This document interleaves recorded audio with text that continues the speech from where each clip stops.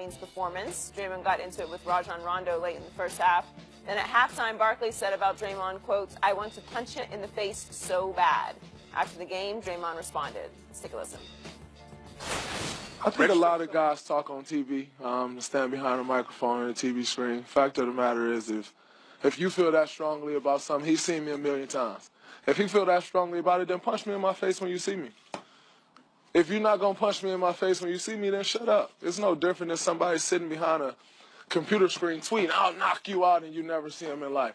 Well, he's seen me a bunch of times, and he'll see me again this year. Punch me in the face when you see me, or if not, no one cares what you would have done. You old, and it is what it is. So if you ain't going to punch me when you see me, then stop talking about it. Period. Drop the mic. Shannon, whose side are you on, Draymond's or Barkley's? Draymond. Absolutely, 1,000% on Draymond Green's side. Skip, I'm not trained in journalism. I don't have a journalism degree. I didn't have a degree in public policy. But the one thing that I know is that I'll report a story, I'll talk about a story, but I won't become a part of the story. You know the ground rules. Yes. Yeah. Charles Barkley allowed himself to become a part of the story. Yeah. Now, he said, if Charles would have said, back in my time, Draymond doing all this talking, I'd have put a hard foul on him. You're talking about it in the context of a ball game doing a normal basketball play. But to say someone to punch the man, which is not a basketball play, and then to take it a step further says, "I want to punch him in the face." That's over the line. Yeah. And Charles knows better than this. Charles has gotten too old. He's not going to punch anybody. Because if he wanted to punch somebody, there are ample times he could have punched Charles Oakley. Hey, as a matter of fact, he can go punch Oak right now. If he want Oak number, I give it to him, and he can go punch Oak. And I tell you, Oak will show up wherever he wants to show up at, and he can punch it. And Oak will punch back. First of all, he ain't gonna punch Oak. Yeah, First of all, and nobody wants those problems. No. First of all, he don't even want to be in a room with Oak. But Skip, why would you do this? Why would I sit back, do what I do, and then say, "Man, if that was me, I would slap such and such. I want to punch this. I want to punch." Why? I get it. That's what they do, and they do a very good job on TNT. It's raw. They give it to you unfiltered. But Charles stepped across the line on this. He didn't walk up to the line. He stepped over because he made it personal. He says, "I." Not in the context of a basketball play giving him a hard foul. He wants to take it to the streets, so I want to punch him in the face. Charles, let that go, man. You're big. You're too big for this. I get the point. I get what you're trying to say, that Draymond runs up in everybody's face. He's always getting intertwined. He's tangling, mixing up with everybody. If someone were to hard foul him or something, it would go away. But to take it to the step where someone should punch him in the face, or I want to punch him in the face, it's the I that I have a problem with. So I do agree with one thing you just said. Inside the NBA isn't just a good show. It's a great show. Yes. And they have great chemistry. Yes. And I watched the whole thing late last night. But let's take the literal conclusion to what Charles suggests should happen. Let's say somebody on the Pelicans decided, "That's enough. I'm gonna deck it." Right. And he punches Draymond in the face and just cold cocks it. What would happen to said player? Oh, he's going to be gone at least 30 games. Okay, he's going to be gone for the rest of the playoffs and a good bit of next year. Absolutely. Half of next year. I don't know. Ron Artest, once upon a bad time, went up in the stands, as we know, the malice at the Palace. Yes. And he went after a fan, but he wound up being suspended for 86 games. And the current commissioner is not that commissioner, but I'm pretty sure he would come down real hard on this. Even Steven Jackson got suspended for about 30-plus games. Jermaine O'Neal. Oh, you got that right. So, who is Draymond? He's an instigator. Yeah. He's mostly a talker. Rodman-esque. Yeah. Somewhat Rodman-esque. He's probably a little more sly than Dennis. Yes. And what he is to me is a more subtle and skilled and talented Lance Stevenson. Yes. He's got some Lance in him, except he's just a better player. Right. Obviously, he's a triple-double waiting to happen. He's more subtle to what he does. He's more pointed. He's more whisper in your ear. He's just trying to distract you from what you do. Right. Is he a cheap shot artist? I think not. I don't see him cheap shot. You want to talk about the ultimate cheap shot artist? It's that Zaza cheap shot on his bench, right? That guy's a cheap shot artist. Well, that's the only reason he's in the league. But you remember, Skip, Draymond for about 3 years thought he was a Rockette. So every time he shot a jumper, he was kicking people. Yeah, he was. I'll give you that.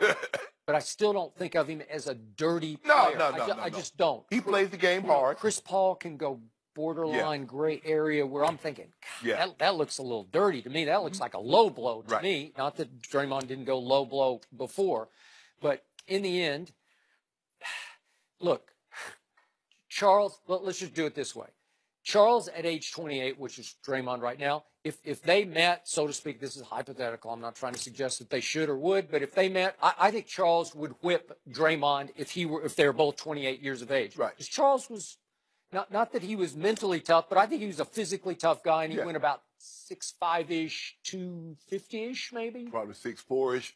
Yeah, maybe 6'4"-ish, somewhere around that. Yeah. Draymond's 6'7"-ish, maybe 2-3 inches taller. Yeah. But the point is, to Joy's point, I'm not suggesting I want that to happen.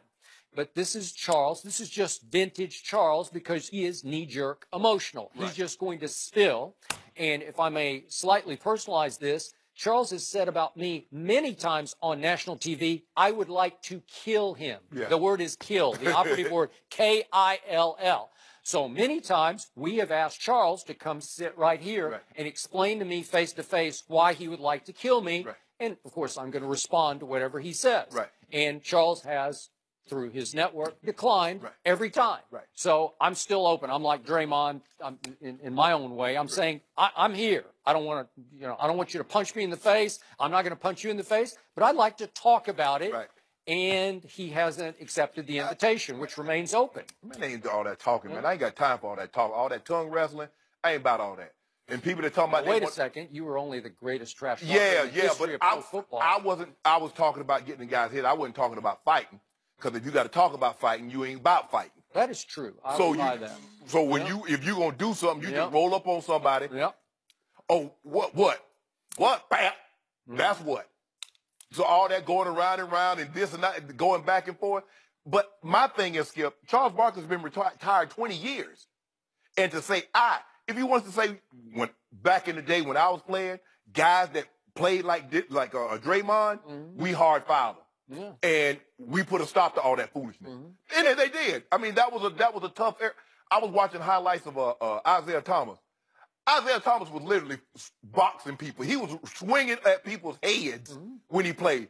Isaiah would have spent 2 years out of the league because if he were to do that, if a guy were to do what Isaiah and what those guys were doing back then, Skip, they've done away with that. It was a whole different game. And that's why, just a quick reference to last night, Kevin Love late in the game got called for the elbow, which accidentally, I don't think he intended to catch DeMar in the right in the jaw, and he hit him flush. Yes.